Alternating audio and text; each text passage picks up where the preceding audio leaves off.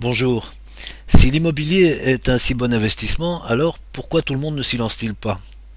Eh bien, acheter une maison peut faire peur, surtout la première fois. En effet, de grandes sommes d'argent sont en jeu et il y a en plus la peur de l'inconnu. Alors voici 10 excuses les plus fréquentes que les gens utilisent pour se rassurer et souvent pour justifier le fait qu'ils n'osent pas se lancer. Ces excuses vous empêchent de faire le pas qui vous rendra riche et il vous faut donc les vaincre. Excuse numéro 1, je n'ai pas d'argent. Beaucoup de candidats investisseurs pensent que l'argent, ou plutôt le manque d'argent, est ce qui les empêche d'acheter des biens immobiliers. Eh bien, c'est faux. L'argent n'est jamais un problème si l'affaire est bonne, c'est-à-dire si l'investissement est de qualité. Dans ce cas, l'argent viendra toujours. Mais pour cela, vous devez pouvoir penser créativement et chercher une source de financement qui corresponde à votre situation et aussi au bien que vous voulez acheter. L'un des grands avantages de l'investissement immobilier est qu'il peut se faire en utilisant de l'argent emprunté et que cela vous permet d'obtenir un effet de levier financier. Utiliser l'argent des autres, c'est le secret des gens les plus riches du monde. En effet, la majorité des grands industriels et des propriétaires de grandes entreprises ont quasi tous démarré leur fortune avec de l'argent emprunté. Excuse numéro 2, je n'ai pas le temps. J'ai un emploi, un conjoint, des enfants et très peu de temps, etc. Eh bien, jetez votre télévision et vous aurez tout le temps dont vous avez besoin. Les gens passent en moyenne en effet 3 heures par jour devant la télévision et encore plus le week-end. Vous voulez faire quelque chose d'amusant ce samedi? Eh bien, pendant la semaine, cherchez des annonces pour des propriétés intéressantes et visitez-les le week-end. Vous pouvez faire cela en famille, cela vous fera un but de promenade et vous découvrirez des endroits nouveaux et des gens intéressants. Excuse numéro 3, toutes les bonnes affaires sont déjà faites, il y a trop de concurrence. En vérité, il y a plus qu'assez de bonnes affaires pour rendre tout le monde riche.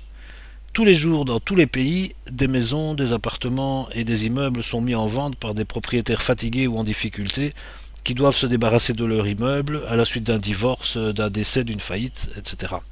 Ces personnes sont impatientes de vendre leurs biens, même pour un prix peu élevé.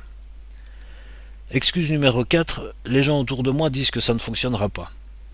La réalité est que si vous pensez que vous pouvez réussir ou si au contraire vous pensez que vous ne pouvez pas réussir, eh bien dans les deux cas, sachez que vous avez raison.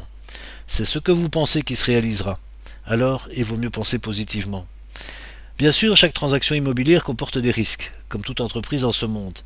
Mais si vous écoutez les gens pessimistes, vous vous laisserez convaincre par eux et vous ne ferez rien. Et donc, vous ne gagnerez rien. Excuse numéro 5, cela ne fonctionnera pas dans ma région. En vérité, l'investissement immobilier est rentable et permet de créer de la richesse dans tous les marchés. Il y a bien sûr des différences locales, mais il y a partout des investisseurs qui gagnent de l'argent dans chaque pays, dans chaque ville, chaque jour. Pour réussir, vous devez d'abord apprendre les principes fondamentaux de l'investissement immobilier et ensuite connaître votre marché, le niveau des loyers, les prix de vente, les tendances, etc. Alors, vous aurez tous les outils en main pour réaliser un investissement rentable. Excuse numéro 6, ce n'est pas le bon moment. Vous pensez peut-être que nous sommes dans une période de crise économique, que le nombre de licenciements augmente, etc. et que tout ce que vous allez acheter va perdre de sa valeur? En réalité, le bon moment pour commencer, c'est exactement maintenant. L'immobilier connaît des cycles. Pendant plusieurs années, les prix montent, puis ils cessent de monter et parfois même ils baissent. Mais ce qui est certain, c'est que tous les immeubles prennent de la valeur avec le passage du temps s'ils sont bien entretenus. Et cela est dû notamment au fait que le terrain disponible est limité et que le prix des matériaux de construction et de la main-d'œuvre augmente constamment. En vérité, les mauvaises périodes économiques sont justement le meilleur moment pour acheter parce que les prix sont au plus bas et que les vendeurs sont plus anxieux de vendre. Excuse numéro 7, c'est trop compliqué, je n'y arriverai pas. C'est vrai, l'immobilier est un domaine complexe. Il demande de pouvoir comprendre les chiffres, de connaître les prix du marché, ainsi que les réglementations, de savoir négocier, de pouvoir comprendre certains aspects techniques de la construction, etc. Mais ne vous effrayez pas, tout cela s'apprend, et si vous vous y attachez, vous jonglerez bientôt avec toutes ces choses. Excuse numéro 8, j'ai un mauvais historique de crédit. Un bon historique de crédit peut grandement vous aider, bien sûr, mais il y a moyen de commencer à acheter des biens immobiliers même si ce n'est pas le cas. Soyez créatif et faites jouer la concurrence acharnée que se livrent les banques en matière de prêts hypothécaires.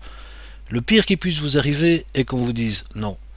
Dans ce cas, eh bien, allez voir ailleurs jusqu'à obtenir un oui.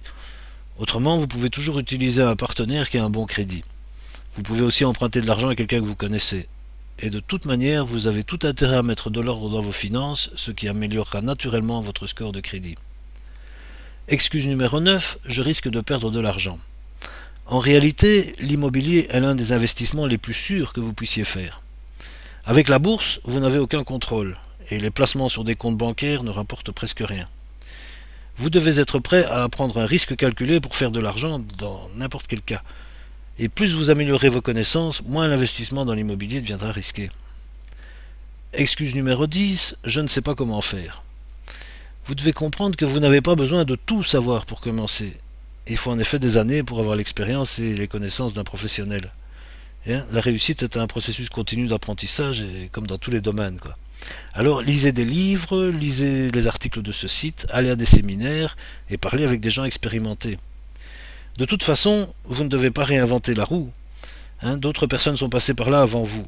Alors, pour aller plus vite, gagner de l'argent et éviter des erreurs coûteuses, il vaut mieux suivre les modèles d'investisseurs qui ont réussi. De cette manière, vous pourrez vous aussi développer votre patrimoine immobilier avec succès.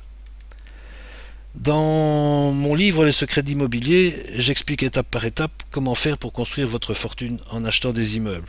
Si vous souhaitez approfondir ce sujet, je vous encourage donc à lire mon livre.